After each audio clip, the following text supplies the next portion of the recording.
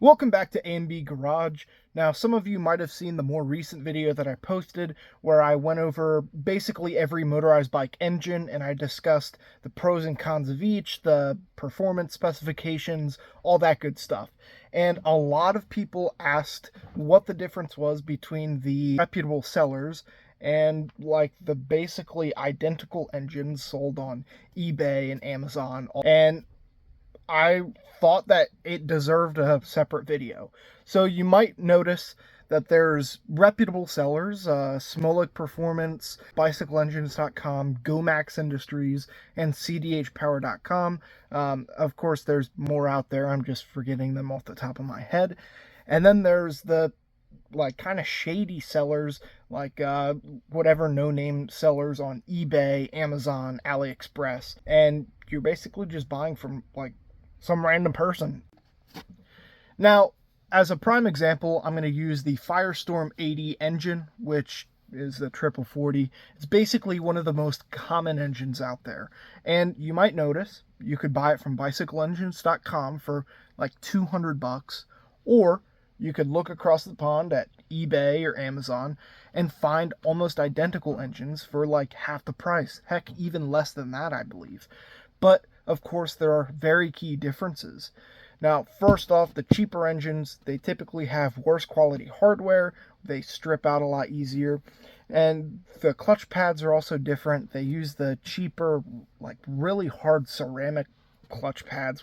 They have worse quality bearings, and they have worse quality like crankshaft seals. Now, between the cheaper and the more expensive engines, there's really no difference between like casting quality, port timing, all that good stuff.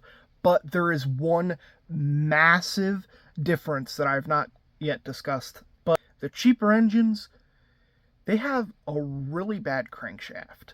Now, most engines sold by reputable sellers use a 40 millimeter crankshaft, the Firestorm 80 included.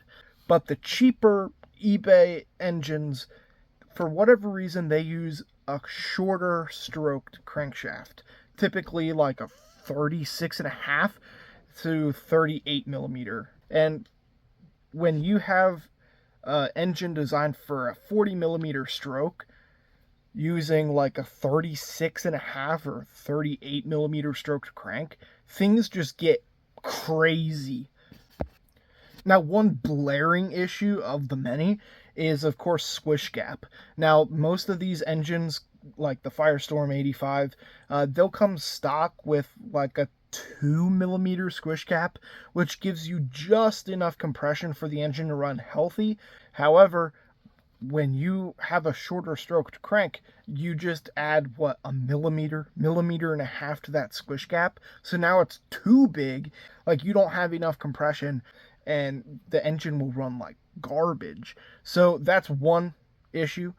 And let's say, oh, you deck the cylinder 2 millimeters, which is a lot. You do that, what are you going to do with the port timing? The port timing is royally screwed up.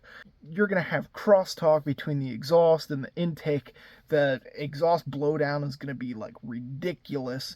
So you're going to need, at minimum, to go in there with a Dremel and clean up everything, change the port mapping, and you're going to need to make sure that you know competently how to use a degree wheel, all that good stuff. Let's say you don't do that. Let's say you don't do any of that. You don't deck the cylinder and you don't port the everything else. You're going to have a lemon of an engine.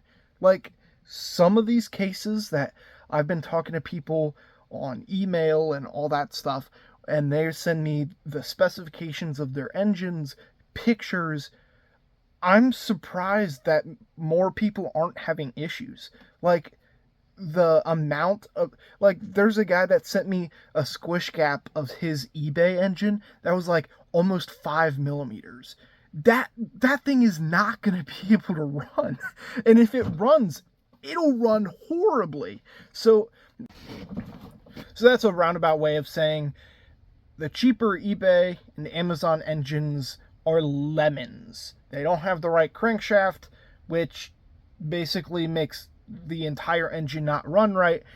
and they require a huge amount of modification in order to run suboptimally. So thank you so much for watching, and make sure that you buy your engines from reputable sellers, especially if you're new to the hobby. Anyways, thank you so much for watching again. Have a good one, boys. I'll see you in the next video.